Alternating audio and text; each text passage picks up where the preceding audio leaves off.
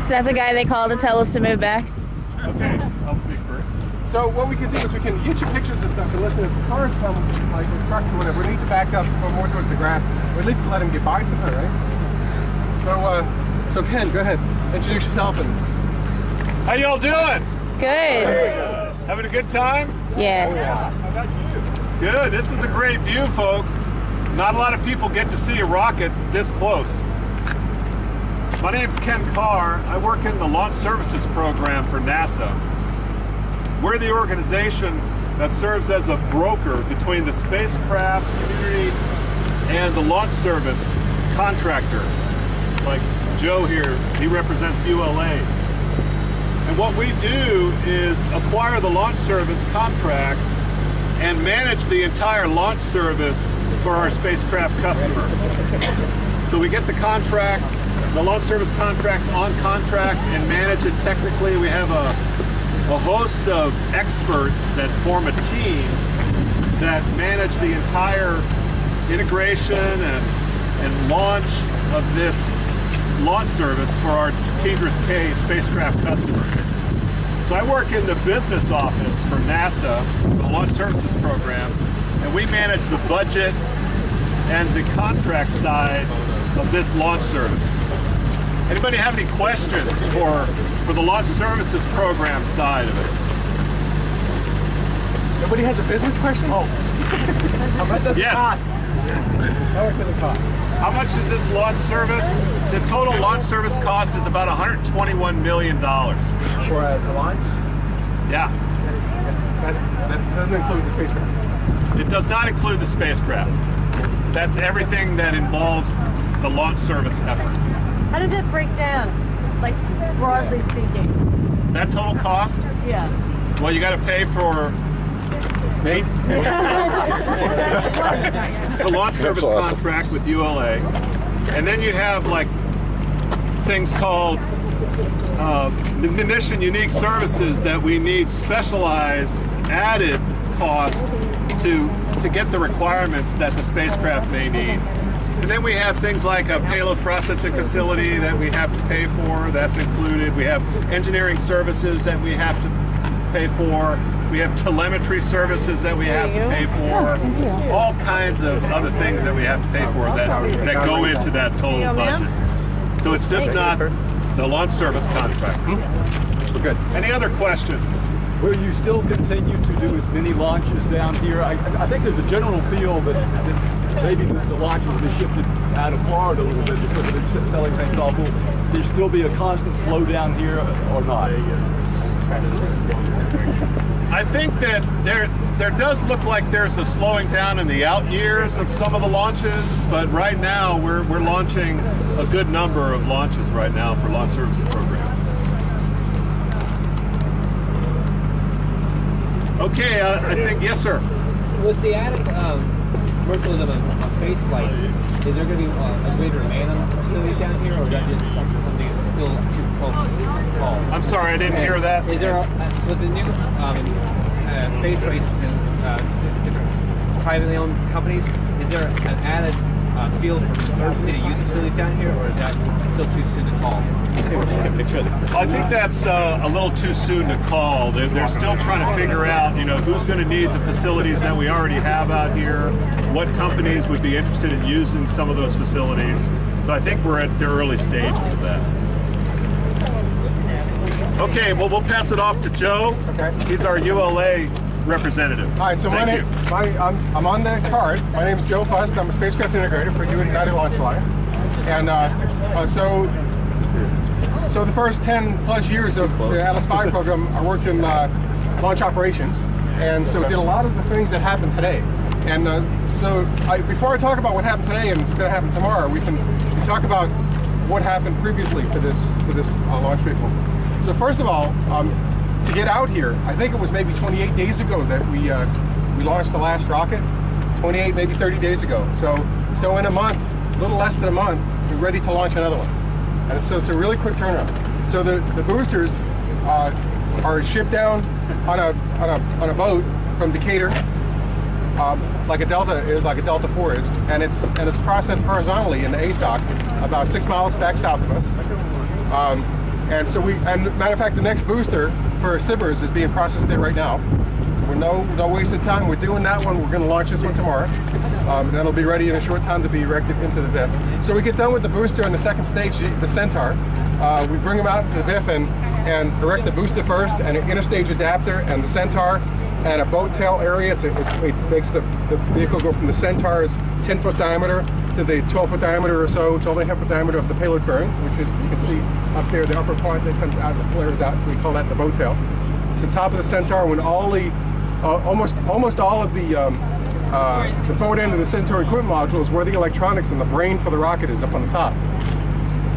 There's some of the booster reaction control units and stuff are in the booster, but when the booster separates from the Centaur and is flying as the second stage in the payload, you still need the electronics with what you didn't just throw away.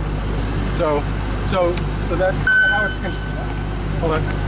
Ron Erickson, 65122. Ron Erickson, 65122. So that's kind of how it's constructed there. So that while we're processing the booster and the Centaur in the VIF, the payload is being processed in a payload processing facility. And this particular one was Astrotech in Titusville. And at a key point where the payload is done, the payload is done processing, and the booster and Centaur are done processing, they come together, and we start integrated operations. We encapsulate the spacecraft and the payload fairing and bring it out here. We do that in 2 or 3 days' time. Bring it out here, erect it on top of the rocket, and in a short time of closeouts, within 3 or 4 days after that, we're rolling out, and what we did today. So today started about 3 o'clock, 4 o'clock in the morning, where people prepared the vehicle integration facility, that building in the back, the doors are open, and the vehicle was ready to move out. So undercarriages moved under the mobile launch pad and picked it up by about a half a foot. And by 10 o'clock, they were rolling out here. By 11 o'clock, they were set down. It doesn't take long to get out, maybe half an hour. And they square themselves up and they set down, they make sure they're level, and the undercarriages move back out. So today, they, after they was out there, they made some automatic connections, some electrical connections, and some mechanical, and all that stuff. And then fueled the rocket with RP-1, because that's the first stage, burns liquid oxygen and kerosene. So they loaded the kerosene, they just got done with that, and did their leak checks, and I heard the final depressurization of the storage tank, and so I know that's done. So they're doing the final preparations today, and ready to come in tomorrow for about 9, quarter to 9 launch. So they'll get about 10 or 11 o'clock tomorrow in the morning, and do the final preps, and be able to load the booster with liquid oxygen, and the second stage with liquid hydrogen and liquid oxygen. And so with all that done in a month, that final timeline to load with the final propellants and launch is T-minus 3 hours. Right? So for most of the day, we get out here at 10 o'clock and we got a 9 o'clock launch. For most of the day, it's sitting just like this and nothing's happening. There's some prep stuff going on. We're preparing things, running electrical checks and the final spacecraft check and the RERAD link checks and all that stuff we're doing checking, but actually pressurizing and ready to go and start loading, it ain't but 3 hours before we actually launch. So it's just at the very end of what was a 5-year program, right? So the rocket is right now half empty? No, so the RP-1 tank is at the very bottom. It's at the very bottom, and it's about 26,500 gallons of kerosene, basically, highly refined kerosene. So it's full. And then above the that white ring around the booster on the bottom of the white ring is the liquid oxygen tank. That's about 60,000 gallons of liquid oxygen. That's not in there right now. That'll be in tomorrow. They'll start that at 3 hours before launch. And the Centaur is the skinnier white section that says ULA on it, and that's liquid hydrogen and liquid oxygen. And then the payload fairing and everything, that's where the TDRS-K Satellite is in. So the facility, the big white ball over here is the booster liquid oxygen tank. 465,000 gallons of liquid oxygen, so we have plenty. Even if we tank and scrub and detank and you lose some in the process back and forth, we can go 3 or 4 times. We wouldn't have to reload that. We're good. There's a small tank on the other side of some of those vans, another white tank, and that's for Centaur liquid oxygen, so they're separate. So if one stage is having some trouble with something, it doesn't stop the other one from preparing for launch, although we couldn't launch without both being ready. They both have to be ready, but there's no reason to stop on one if there's some trouble on the other. The fuel is on the west side of the pad. The liquid hydrogen is in back of that berm where the windsock is. And then the RP1, which they just used in the securing the system, is further on north, but still on the west side of the pad. So the fuel's on the west side, the oxidizer is on the east side, and they only mix in engine paper. Is it by design? By design, yes. Yeah. Yes, we want them to mix in one place only. Yeah. Is that why, I assume that's why you load some of the propellants later on, because they're more, they don't. Well, so a cryogenic material, so it's going to boil off, right? Yeah. The RP1 is fairly benign. Yeah. We can load it, and it's sitting there, and it's at ambient temperature, and it's fine. Yeah. There's no reason to wait on that and load that tomorrow. It's just more to the day. Yeah. We might as well do it early. And so this mission did not have a wet dress rehearsal, and typically we would have one. We're starting to get rid of those, and that's why we can shorten the time span down to less than a month. So typically we used to run out for wet dress rehearsal, tank RP1, cryogenically load, and then detank. There would be no payload on it. It was just a wet dress rehearsal of the launch vehicle.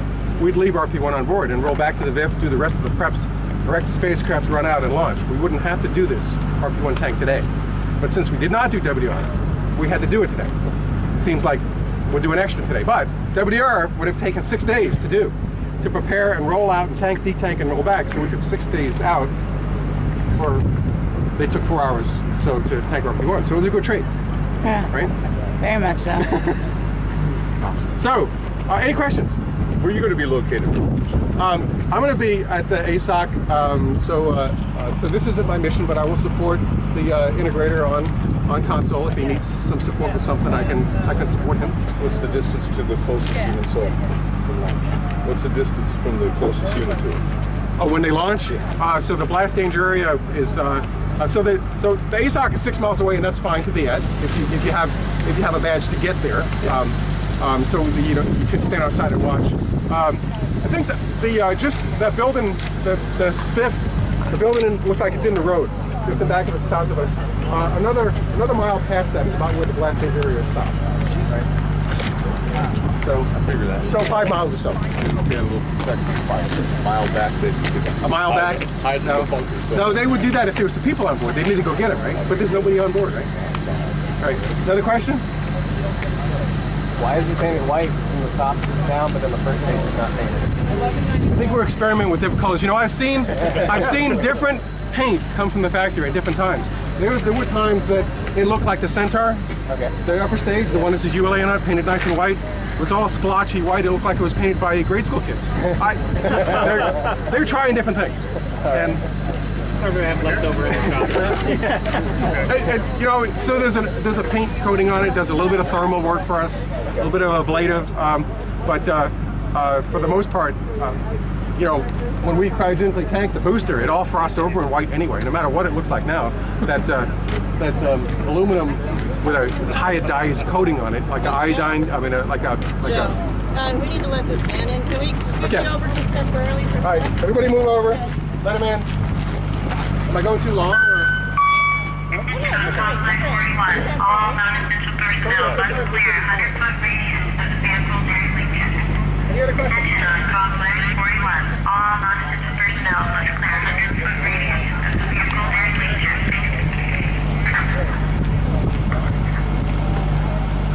So the plane exhaust okay? Oops, we're missing the discussion.